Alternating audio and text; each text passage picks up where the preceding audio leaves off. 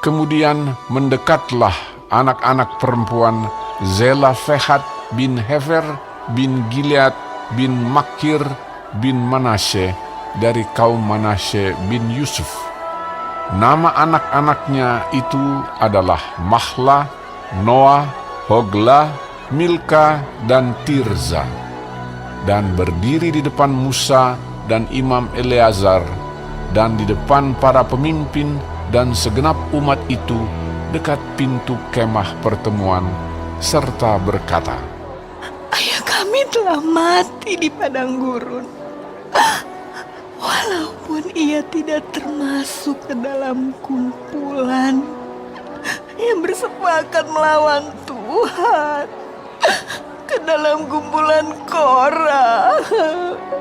Tetapi ia telah mati karena dosanya sendiri, dan ia tidak mempunyai anak laki-laki. Mengapa nama ayah kami harus hapus dari tengah-tengah kaumnya? Oleh karena ia tidak mempunyai anak laki-laki. Berilah kami tanah milik di antara saudara-saudara ayah kami." Lalu Musa menyampaikan perkara mereka itu ke hadapan Tuhan. Maka berfirmanlah Tuhan kepada Musa, Perkataan anak-anak perempuan Zelafehat itu benar. Memang engkau harus memberikan tanah milik pusaka kepadanya di tengah-tengah saudara-saudara ayahnya. Engkau harus memindahkan kepadanya hak atas milik pusaka ayahnya. Dan kepada orang Israel engkau harus berkata, apabila seseorang mati dengan tidak mempunyai anak laki-laki, maka haruslah kamu memindahkan hak atas milik pusakanya kepada anaknya yang perempuan. Apabila ia tidak mempunyai anak perempuan, maka haruslah kamu memberikan milik pusakanya itu kepada saudara-saudaranya yang laki-laki. Dan apabila ia tidak mempunyai saudara-saudara lelaki, maka haruslah kamu memberikan milik pusakanya itu kepada saudara-saudara lelaki ayahnya. Dan apabila ayahnya tidak mempunyai saudara-saudara lelaki, maka haruslah kamu memberikan milik pusakanya itu kepada kerabatnya yang terdekat dari antara kaumnya, supaya dimilikinya.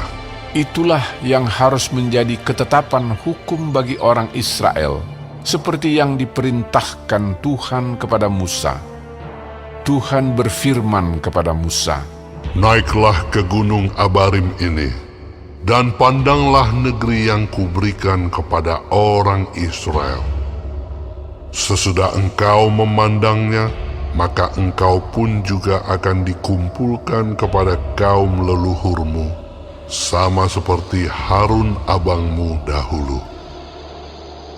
Karena pada waktu pembantahan umat itu di padang gurun Jin, kamu berdua telah memberontak terhadap titahku untuk menyatakan kekudusanku di depan mata mereka dengan air itu. itulah mata air Meriba dekat Kades di padang gurun Zin.